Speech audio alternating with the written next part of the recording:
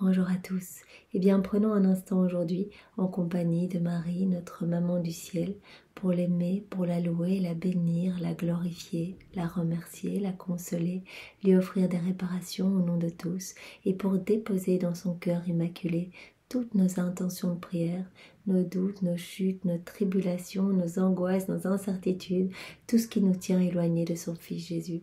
Prenons ce temps pour nous laisser guider, elle qui cherche jour après jour à nous ramener à notre juste place dans le cœur de Jésus, elle qui cherche à nous apprendre comment vivre dans la divine volonté. Au nom du Père qui m'a créé, du Fils qui m'a sauvé et du Saint-Esprit qui me sanctifie. Amen. Jésus, je me plonge dans ton acte unique et éternel d'amour, dans ce grand bain de ta lumière, de ton sang, de ta divinité, de ta volonté, de ton humanité, de tes mérites. Je prends avec moi toutes les âmes de toutes les générations, toutes les âmes du purgatoire, et je te supplie, Jésus, de nous marquer du sceau de ton divin fiat, pour que nous puissions devenir pour toi de bons instruments de paix, d'amour et de miséricorde. Maintenant, dispose nos âmes, nos intelligences, pour que nous puissions accueillir l'enseignement de ta maman favorablement, que nous puissions vraiment le digérer, le laisser s'infuser dans toutes nos cellules et y donner suite, faire des actes en union avec toi, Seigneur, vraiment désirer ardemment nous unir à toi dans cette vie ici pour te donner toute la gloire, que nos vies deviennent pour toi et bien des sources de réjouissance. Jésus, nous te demandons cette grâce de la vie dans la divine volonté. Nous te demandons cette grâce par l'intercession de ta maman chérie. Nous te remercions, Jésus, avec tes propres remerciements au nom de tous ceux qui ne te remercient pas, pour ton amour sans borne, pour ce cadeau qu'est la vie dans la divine volonté, pour ta miséricorde sans limite, pour ce pardon que tu nous donnes après chacune de nos chutes, quand nous revenons vers toi, tu nous couvres vraiment de ton manteau de lumière, vraiment tu viens nous nettoyer de tes larmes, de ton sang, et tu nous recouvres des plus beaux joyaux du ciel, dès que nous revenons à toi, Jésus. Alors merci, merci pour tout, et vraiment merci pour ta maman. Nous nous tournons vers toi, Marie, en ce mois de mai qui t'est consacré, pour également te remercier. Tu es vraiment importante dans nos vies, nous avons besoin de toi. Merci pour ta tendresse, merci pour ta délicatesse, merci pour ta patience, vraiment ta patience, parce que nous sommes bornés et nous nous entêtons dans la voie du péché, dans la voie de nos volontés propres. Nous n'arrêtons pas de chuter et de nous laisser glisser dans les tentations du monde. Et toi, inlassablement, eh bien, tu es près de nous et tu nous rappelles à l'ordre. Vraiment, tu parles à nos cœurs, tu parles vraiment dans le creux de nos âmes pour nous dire ce qu'il y a d'important, la prière, rester centré sur Jésus. Tu apparais partout pour vraiment eh bien, nous faire comprendre que sans Jésus, eh bien, nous perdons complètement. Merci Marie pour ce que tu fais pour nous. Merci pour tous ces enseignements ce mois de mai. C'est juste magnifique et nous sentons vraiment qu'il nous brûle le cœur et nous donne cette soif de nous unir à ton Fils. Je te demande pardon.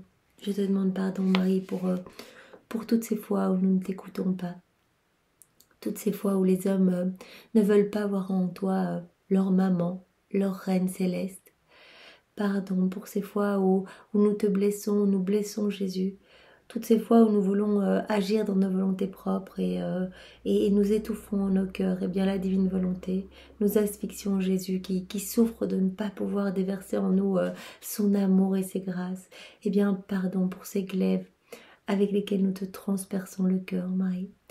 En réparation, et bien je veux aujourd'hui t'offrir mon amour uni à celui de Jésus. Je veux t'offrir tous les actes d'amour que Jésus a placés dans l'œuvre de la création. Tous les actes d'amour qu'il a placés dans l'œuvre de la rédemption depuis la seconde une de son incarnation jusqu'à sa mort. Et puis je veux te donner également tous les actes d'amour que Jésus a placés dans l'œuvre de la sanctification. Tout ce qu'il nous a laissé pour vraiment que nous puissions grandir en sainteté. Je veux ajouter l'amour du Père, l'amour de l'Esprit Saint. Je veux ajouter à ce paquet d'amour, eh bien, tous les actes d'amour de toutes les âmes qui ont vécu, qui vivent et qui vivront dans la divine volonté, puisque ces actes sont magnifiques et divinisés en fait. Tous ces actes sont devenus divins, éternels. Alors je veux tout offrir pour ta gloire, Marie. Et à ce paquet d'amour, eh bien, je veux ajouter tous les actes d'amour de de tous les saints de tous les temps, tous les sacrifices, les martyrs, voilà, toutes les petites intentions, les prières, les dévotions, les chapelets, les rosaires. Je veux tout prendre, tout reprendre et je veux tout replonger dans la divine volonté pour refaire tout à la perfection et tout offrir à toi, à Jésus, vraiment comme acte de louange et d'adoration au nom de tous. Et vraiment à ce gros paquet d'amour, eh bien, j'ajoute mes baisers, j'ajoute mes caresses, j'ajoute mes petits mots d'enfant entre tes bras, Marie. Et je te donne tout au nom de tous. Marie, je viens vraiment sur tes genoux maternels aujourd'hui. Et je viens m'abandonner entre tes bras comme ton enfant chéri. Je veux te demander en ce mois de mai, eh bien la plus grande grâce qui soit. On arrive vraiment à la fin du mois de mai et je te supplie de m'obtenir la grâce de la vie dans la divine volonté. Vraiment, accueille-moi dans ce royaume dont tu es la mère, dont tu es la reine. Et vraiment, permets que ce royaume ne soit pas désert, mais qu'il soit peuplé de tous les hommes. Vraiment que vienne le règne de la divine volonté sur la terre comme il l'est dans le ciel. Vraiment que tous les cœurs puissent être vraiment des petites torches d'amour pour Jésus, que nous soyons tous irradiants de sa lumière à lui et que les forces du mal soient totalement éclipsées. Oui, Marie, nous te demandons vraiment de nous prendre par la main et de ne plus lâcher nos mains si faibles voilà, nous ne faisons que chuter. Eh bien, garde-nous avec toi, Marie. Sois vraiment notre sentinelle. Protège chacun de nos pas, protège chacun de nos regards, chacune de nos paroles pour que nous soyons tout à Jésus et que tout soit vraiment pour lui apporter de la joie, que tout soit source de gloire pour lui. Marie, nous te remettons nos volontés propres aujourd'hui pour que tu nous les échanges contre... on va pas te demander une goutte aujourd'hui, on va pas te demander vraiment une gorgée de la divine volonté, mais on va te demander des torrents de grâce pour que vraiment nos âmes puissent être totalement remplies, immergées de Dieu, qu'elles puissent vraiment être gorgées de divin et que nous puissions devenir des tabernacles vivants, des tabernacles de son amour. Marie, nous te demandons aussi la grâce de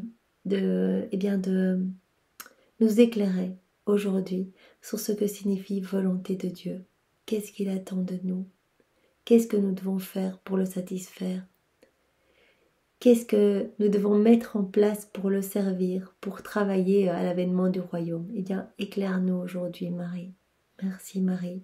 En ton honneur, au nom de tous, je te salue, Marie, pleine de grâce. Le Seigneur est avec toi. Tu es bénie entre toutes les femmes et Jésus, ton enfant, est béni. Sainte Maman, Mère de Dieu, prie pour nous pauvres pécheurs et répands les effets de ta flamme d'amour dans tous nos cœurs, maintenant et à l'heure de notre mort. Amen. Maman très douce, de nouveau, me voici à tes genoux maternels, où je te retrouve avec le petit enfant Jésus. Toi, en le cajolant, tu lui racontes ton histoire d'amour, et Jésus te raconte la sienne. Et moi, je viens près de vous pour vraiment placer mon cœur entre vos deux cœurs, pour qu'il s'alimente continuellement de vos bénédictions, de vos prières, de votre amour mutuel. Et je place avec mon cœur tous les cœurs de tous les hommes, pour que nous puissions tous grandir dans cette ressemblance avec toi, Jésus, et avec toi, Marie. Comme c'est beau de retrouver ainsi Jésus et sa maman, qui se parlent l'un à l'autre.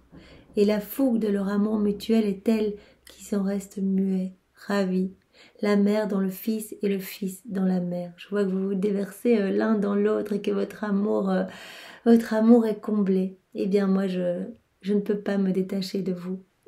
Sainte Maman, ne m'écarte pas, mais garde-moi près de vous deux, afin qu'en écoutant tout ce que vous vous dites, j'apprenne à vous aimer et à toujours faire la très sainte volonté de Dieu. Je voudrais toujours être pleine d'amour pour vous et je voudrais pouvoir faire constamment la divine volonté.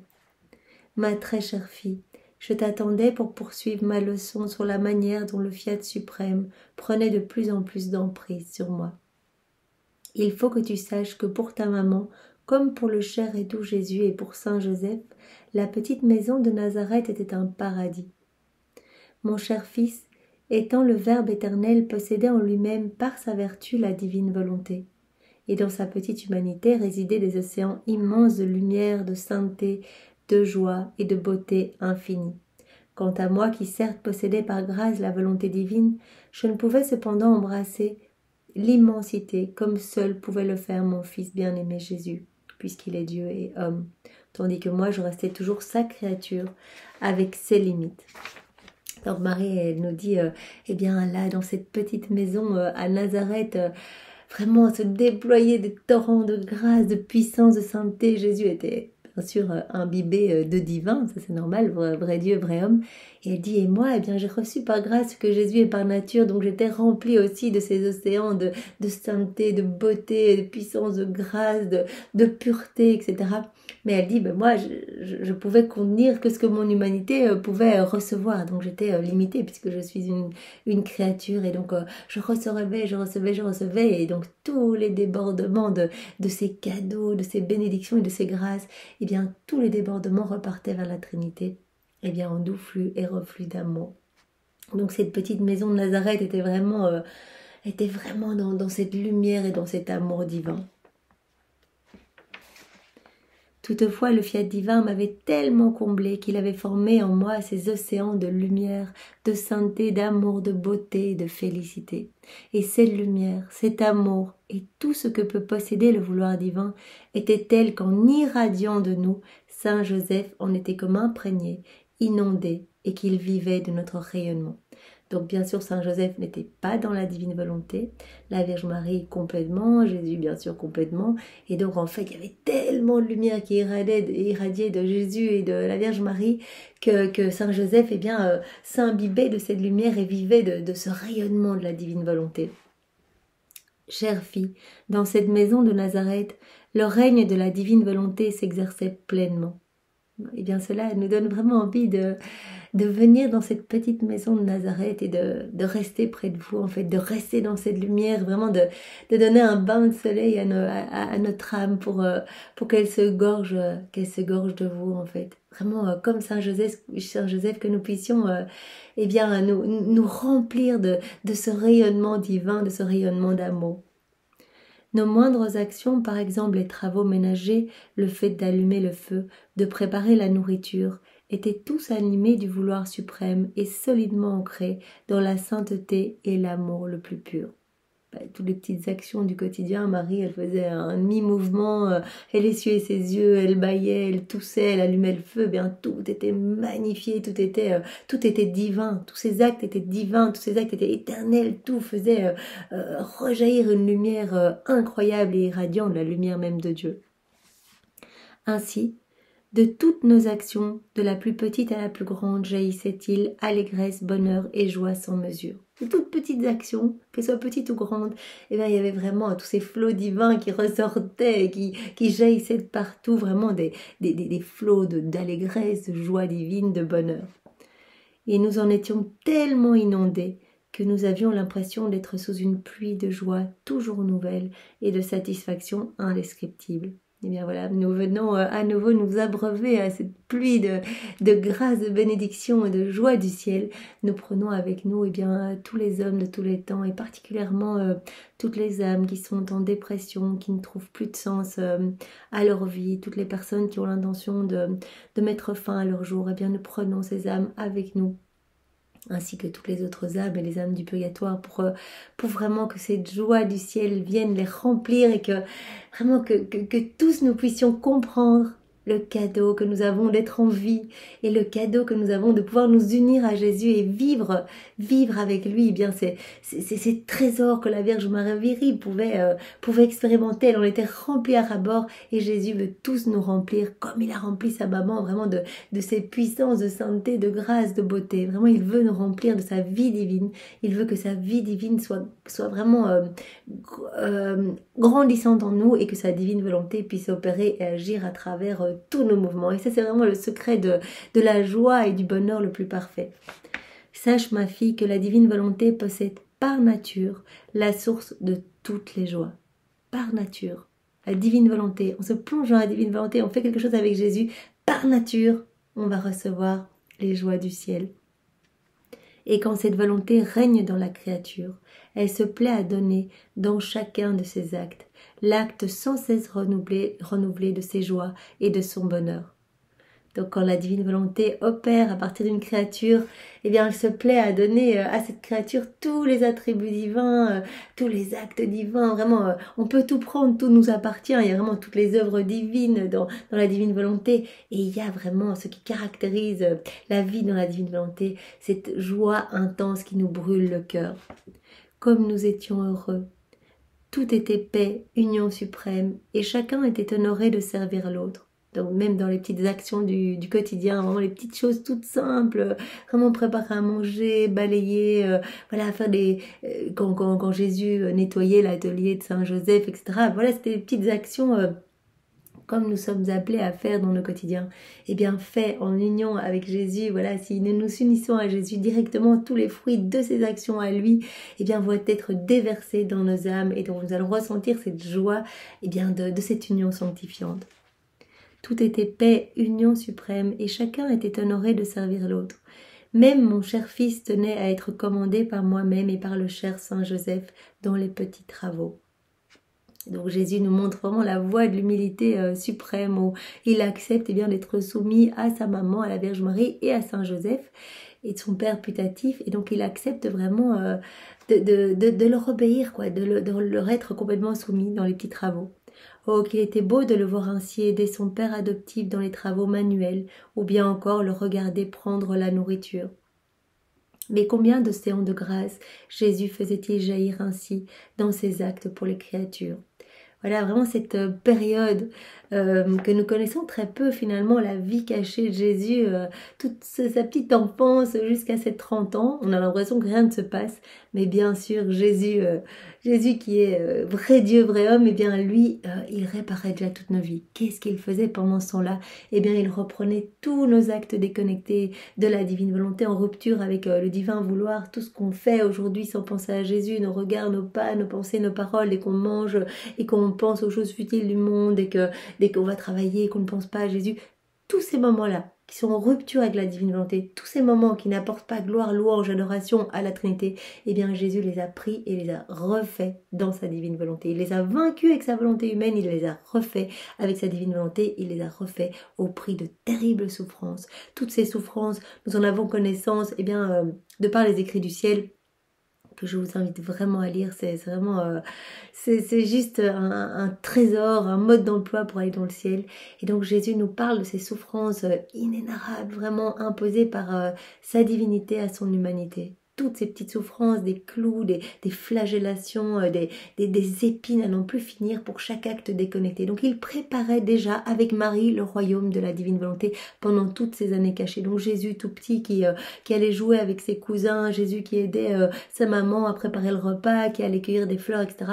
Eh bien déjà, il était non seulement dans ses joies, voilà, puisque rempli de divin, il était dans toutes les joies divines, mais il réparait au prix de toutes ses souffrances, au point qu'il a dit que chacune des microsecondes de son existence avait été eh bien une petite mort en fait. Il a vécu des petites morts continuelles, microseconde après microseconde.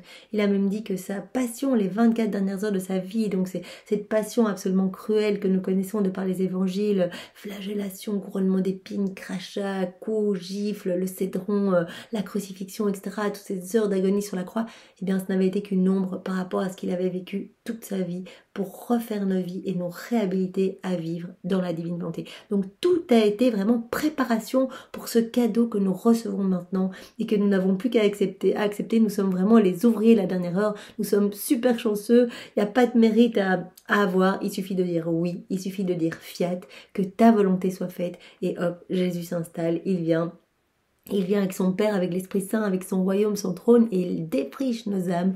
Il déracine de nos cœurs tout ce qu'il y a de mauvais, nos mauvaises tendances, nos mauvaises passions, tout ce qui découle de nos volontés propres.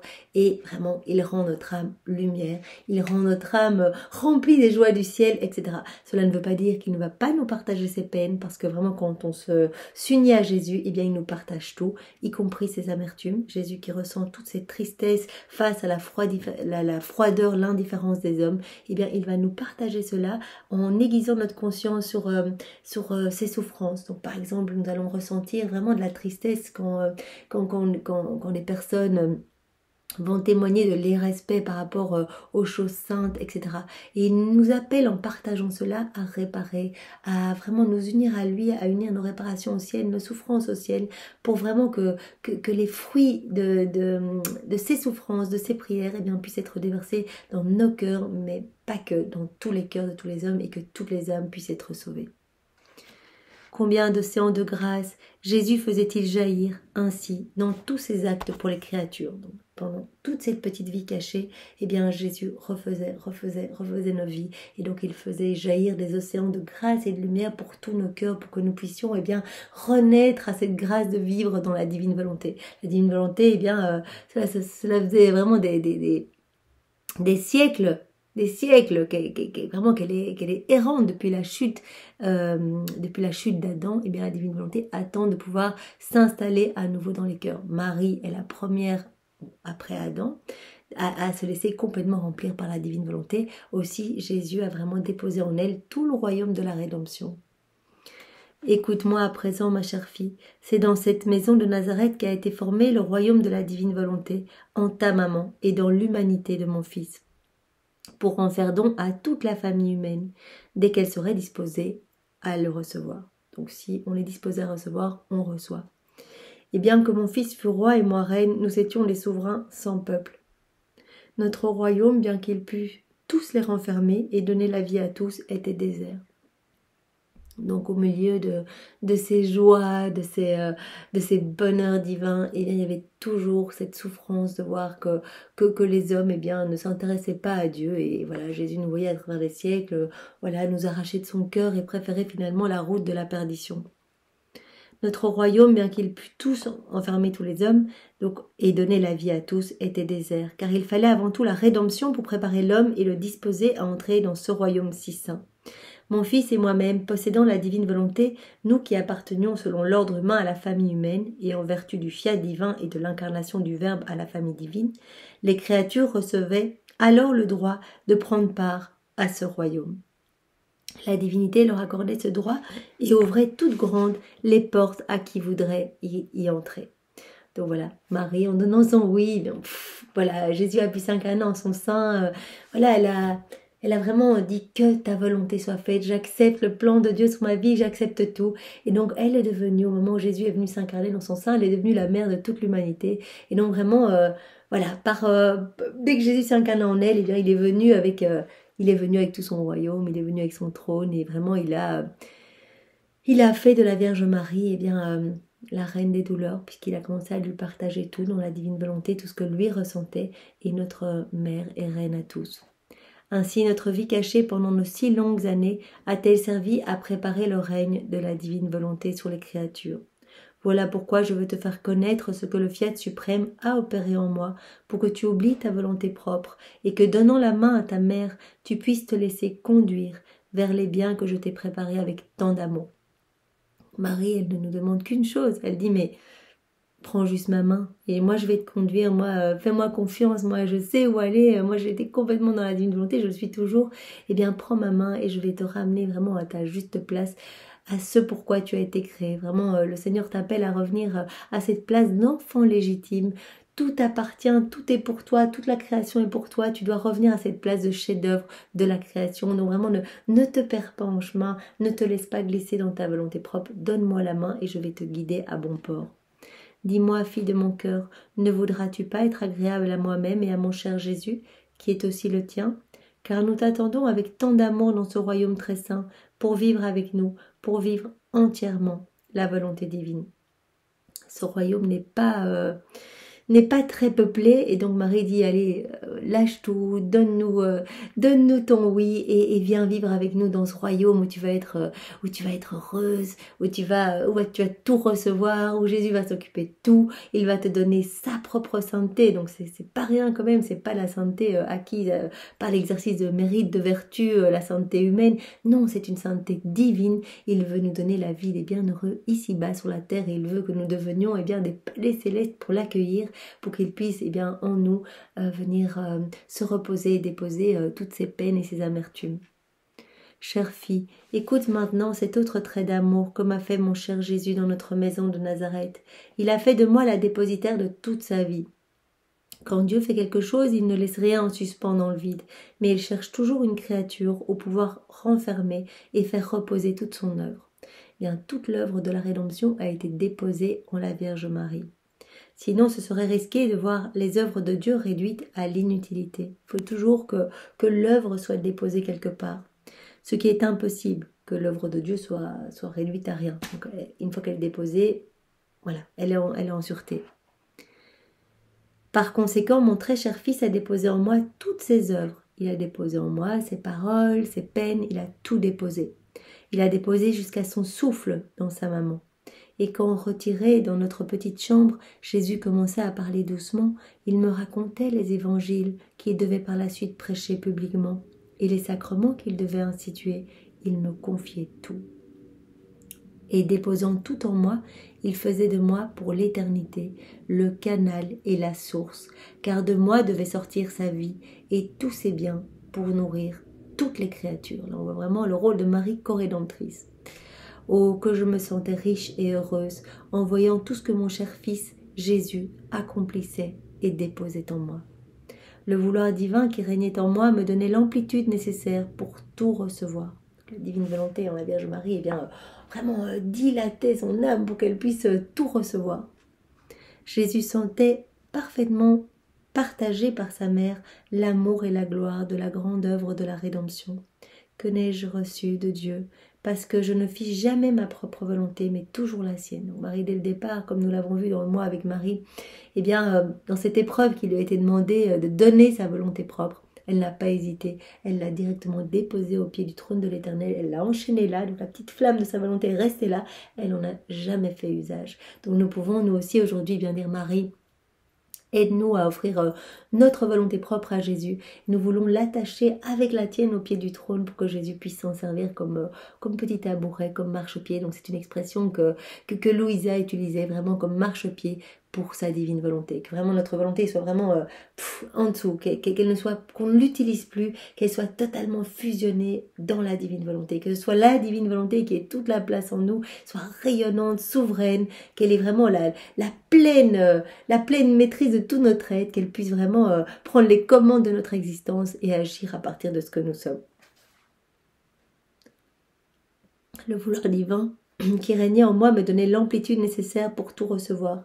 Jésus sentait parfaitement partagé par sa mère l'amour et la gloire de la grande œuvre de la rédemption. Que n'ai-je reçu de Dieu, parce que je ne fis jamais ma volonté propre, mais toujours la sienne. Tout, la vie même de mon fils, était à ma disposition, et comme cette vie demeurait toujours en moi, je pouvais la partager pour la donner à qui me la demandait avec amour. Puisque de la divine volonté contient tout, y compris la vie de Jésus, tous ses actes, tout, eh bien Marie est dépositaire de tout, et donc si nous voulons quelque chose, nous pouvons aller chez Marie, et elle va tout nous donner. Elle dit, moi j'ai tout engrangé pour pouvoir tout donner à celui qui me demande. Maintenant, un petit mot pour toi, ma fille. Si tu fais toujours la volonté divine et non la tienne, et si tu vis en elle, moi qui suis ta maman, je déposerai tous les biens de mon fils en ton âme. Voilà, si tu me promets, nous dit Marie, de faire la divine volonté, de faire en tout cas des efforts pour appeler Jésus dans toutes tes actions, pour avoir cette souvenance de l'appeler, de l'inviter quand tu vas marcher, quand tu vas manger, quand tu fais tes petites actions du quotidien, comme nous, quand on allumait le feu, etc. Eh bien, je te promets que vraiment je veillerai sur ton âme et que je viendrai y déposer tous les biens de Jésus, tous les biens de la divine volonté dans ton cœur. Cette fontaine de biens, mais vraiment inénarrable que contient la divine volonté, eh bien Marie veut nous la donner. Donc une fois qu'on va donner notre oui par Marie, on peut donner notre oui dans les mains de Marie pour que Marie aille le déposer au pied de Jésus, eh bien elle se débrouillera avec Jésus pour que notre âme soit nettoyée, soit accueillante et puisse vraiment être totalement transformée, façonnée par les mains divines de Dieu. Oh, comme je te serai alors heureuse. Vous voyez que c'est ça la clé de l'enseignement ici, c'est que vivre dans la divine volonté, ça nous donne la joie, ça nous donne la force, ça nous donne la paix divine, la paix de Dieu. On ne ressent plus les turbulences du monde, vraiment les doutes, etc. On reçoit vraiment la force de Dieu. Et donc cela donne une joie indescriptible en fait. Cette foi, cette espérance vraiment nous donne cette force et cette joie. Oh, comme je te serai alors heureuse. Tu auras à ta disposition une vie divine qui te donnera tout. Et moi, étant pour toi une vraie maman, je te garderai pour que cette vie se développe en toi et y forme le royaume de la divine volonté. Elle nous dit bien qu'elle va nous garder. Parce que c'est bien que parfois nous sommes mauvais et nous quittons vraiment le plan de Dieu, nous le quittons pour rechuter, pour remettre du noir dans nos âmes.